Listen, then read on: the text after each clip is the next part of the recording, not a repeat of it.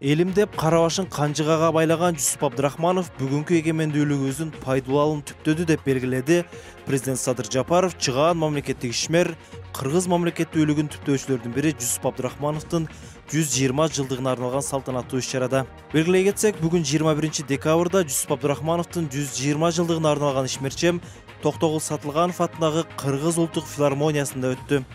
Анда Жусуп Абдрахмановдун кемеңгер инсаныбыздын жаркын элесин эскерүү жана анын 120 жылдык мааракесин өткөрүү боюнча мамлекеттик деңгээлдеги уюштуруу комитети түзүлүп, бир катар иш-чараларды жүзөгө ашырууга жетиштик. Ушул жылдын 31 августунда Жусуп Абдрахмановго Кыргыз Республикасынын баатыры деген мамлекеттик эң жогорку наам ыйгарылды.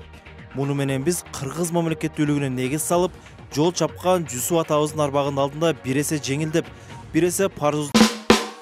Бул Бекзат. Ал үй бүлөсү менен 10 000 сом төлөп батирде ижарада турушат. Бирок эми көйгөй чечилди. Кантип дейсизби? Ансар Групп коммерциялык эмес керектөө кооперативи 10 жылга пайызсыз бөлүп төлөөнү сунуштайт. Болгону бир гана жолу 4% кызмат акы алынып, башкы төрөм 25%дан башталат. Ансар Групп менен өз үйүңүздө бакубат жашоону улантыңыз. Кутулгандай болдук. Урпактарына улуу мурас калтырган, мамлекеттүүлүгүбүздү сактап калган адамдын кылымга тетеркиндигин баалоо менин энчиме тийгендиги чоң сыймык экенин ар дайым айтып келем деп билдирди мамлекет башчысы. Булак президент кежи. Бүгүн 21 декабрда Кааба уулу Кожомкул атындагы спорт сарайында маркум Баяман Эркинбаевдин жаркын элесине арналган алыш белбоо күрөшү боюнча эл аралык гран-при мелдеши өтүүдө. Мелдешке Украина, Иран, Казакстан, Өзбекстан жана башка чет мамлекеттен келген балбан эркек жана кыз келиндер катышууда. Ошондой эле Кыргызстандын балбандары күч сынамакчы. Баяман Эркинбаевдин жаркын элесине арналган гран-при мелдеши анын жакындары жана уулу Адилет Баяман уулу тарабынан уюштурулган. Эркектер арасында күрөш боюнча жеңүүчүгө автоунаа, ал эми кыз балдар арасында жеңүүчүгө 1500 акш доллары ыйгарылат. Мындан сырткары байгөлүү орундарга акчалай сыйлыктар берилет. Булак медиа центр. Нарын облусунда аялы менен күйөөсүнүн жансыз денелери унаанын ичинен табылды. Бул тууралуу облустук милициядан билдиришти. Маалыматка ылайык 20 декабрь күнү Ат башы районундагы айылдардын биринен гаражга токтотулган унаанын ичинен жансыз денелер табылган. Алар 1980 жана 1982 туулган жубайлар болгон. Алдын ала маалыматтар боюнча жубайлар газга ууланган. Алардын 5 баласы калды деп жазылат маалыматта. Булак Суперкейжи. Ушул жылдын 31 августунда Жусуп Абдрахмановго Кыргыз Республикасынын баатыры деген мамлекеттик эң жогорку наам ыйгарылды.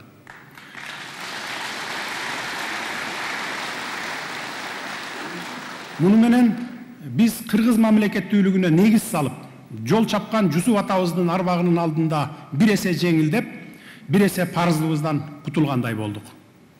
Урпактарына улуу мурас калтырган, мамлекеттүүлүгүбүздү сактап калган адамдын кылымга тетердигин баалоо менин энчиме тийгендиги чоң сыймык экенин ар дайым айтып келем.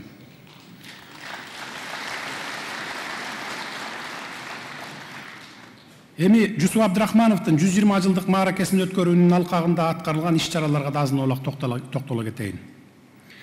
Мамлекеттик архив агенттиги тарабынан Казакстан Республикасынын президентинин архивинен, Алматы областынын мамлекеттик архивинен, аудио жазуу жана кино фото документтер борбордук архивтеринен Жусуп Абдрахмановго тиешелүү 33 барактуу 13 документ, 33 фото документ табылып, санарип форматка өткөрүлдү. Орусия архивинин социалдык саясий тарыхы жана Орусиянын мамлекеттик кино фото документтер архивинен 19 аудио визуалдык документтин санарип көчүрмөлөрү табылып, сканерден өткөрүлдү. Ошондой эле Москва шаарындагы Россия Федерациясынын мамлекеттик коомдук саясий тарых архивинен Жусуп Абдрахманов жөнүндө 155 баракта 39 архивдик документ табылды. Белгилүү кинорежиссер Эрнис Абдужапаровдун Жусуп Абдрахмановдун өмүрүнө жана ишмердүүлүгүнө арналган Жусуп Абдрахманов аттуу даректүү тасмасы өлкөнүн бардык аймактарынын кинотеатрларында акысыз көрсөтүлдү. Жусуп Абдрахмановдун өмүрүнө жана саясий ишмердүүлүгүнө арналган тарых илимдеринин доктору профессор Ормушевдин жана тарыхчы Жумалиеванын Жусуп Абдрахманов чыгаан мамлекеттик ишмер аттуу илимий китеби басылып чыгарылды. Великий Жусуп Абдрахманов Иево эпоха документалдык жыйнагын басып чыгарууга Кыргыз Республикасынын президентинин резервдик фондунан 390 000 сом бөлүнүп берилди. 2021 жылдын 9 декабрында Кыргыз Республикасынын көрүнүктүү ишмерлеринин элесин түбөлүккө калтыруу боюнча Кыргыз Республикасынын министрлер комитетинин алдындагы комиссиянын кезектеги отурумунда Кыргыз Республикасынын президентине караштуу Мамлекеттик башкаруу академиясына Кыргыз Республикасынын мамлекеттик жана саясий ишмери Жусуп Абдрахмановдун ысымын ыйгаруу маселеси каралып, колдоого алынган.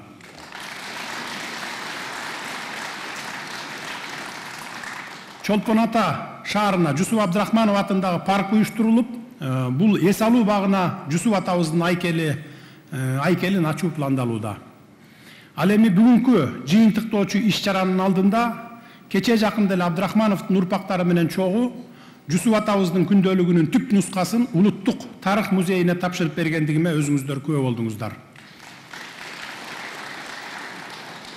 20 кылымдагы жалпы улуттук тагдырыбыздын эң маанилүү саясий документтердин бири болуп саналган бул кол жазманы өзгөчө коргоодогу улуттук таберик деп жарыяладым. Ошентип, Жусуп атабыздын күндөлүгү музейдин эң баалуу экспонатына айланды. Дагы бир жакшы жаңылык. Өз доорундагы ар бир окуянын маани маңызын, анын ийгилиги менен кесепеттерин талдоого алган Жусуп Абдрахмановдун күндөлүгүнүн толук версиясы басылып чыккандыгын сүйүнчүлөп айтып коеюн.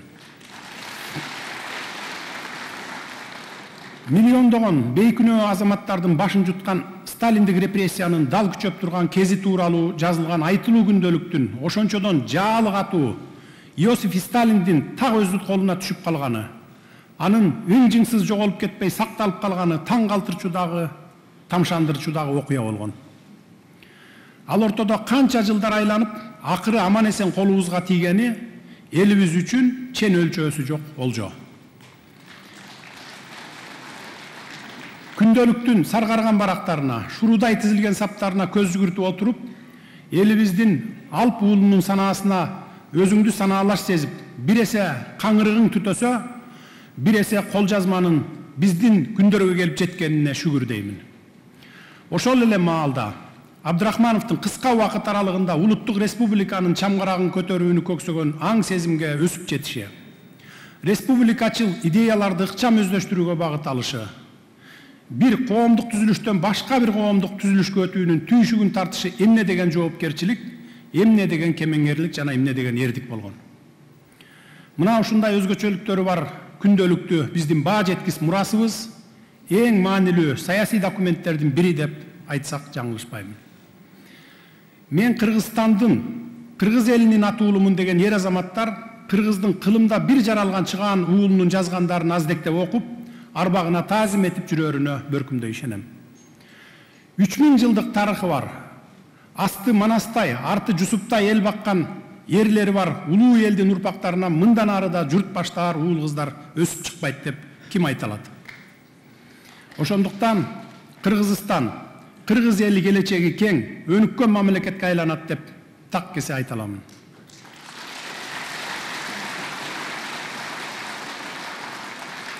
Жусуп Абдрахманов сындуу мамлекетти түптөгөн уулдары бар Кыргыз эли бактылуу эл экенбиз. Мезгилден учкул эмне бар. Бирок Жусуп Абдрахмановтай мамлекет түптөөчүлөрдүн өчпөс мурастары, мекенине кылган ак кызматы, мекенчил улуу касиеттери биз менен чогуу жашап, кийинки муундарга өмүр сүрүүнүн жана эли жери үчүн кызмат кылуунун бийик үлгүсү бойдон кала бермекчи. Кыргыз мамлекетин аздектеп, баркына жетүү үчүн анын өткөнүн биле жүрүү жана келечек муунга үйрөтүү маанилүү мамлекеттик саясат. Алдыда Абдрахмановдун замандаштарынын, андан улуу жана кичүү муундун Кыргыз мамлекетин түптөөдөгү ролун изилдөөнүн үлкөн милдети турат. Минтип айтып жатканымдын себеби, эмдиги 2022 жылы Абдыкерим Сыдыков, Ишеналы Арабаев сындуу кыргыз кыраандарынын тоолуу Кыргыз облусун түзүү долбоорунун 100 жылдыгы белгиленмекчи. Бул иш-чараларды жакшы деңгээлде өткөрүп алалы деген ниетибиз бар. Мына ушундай асыл максаттарга жетүү менен элибиздин ынтымагын түптөп, коомчулуктагы бөлүнүп жарылууга жол бербейбиз. Ынтымак бар жерде ырыс бар. Жусуп Абдрахмановдун жана анын саналаштарынын бизге калтырган улуу мурасын аздектеп сактайлы, бекем ынтымак менен гүлдөгөн Кыргызстанды куралы. Көңүл бурганыңыздарга терең ыраазычылык.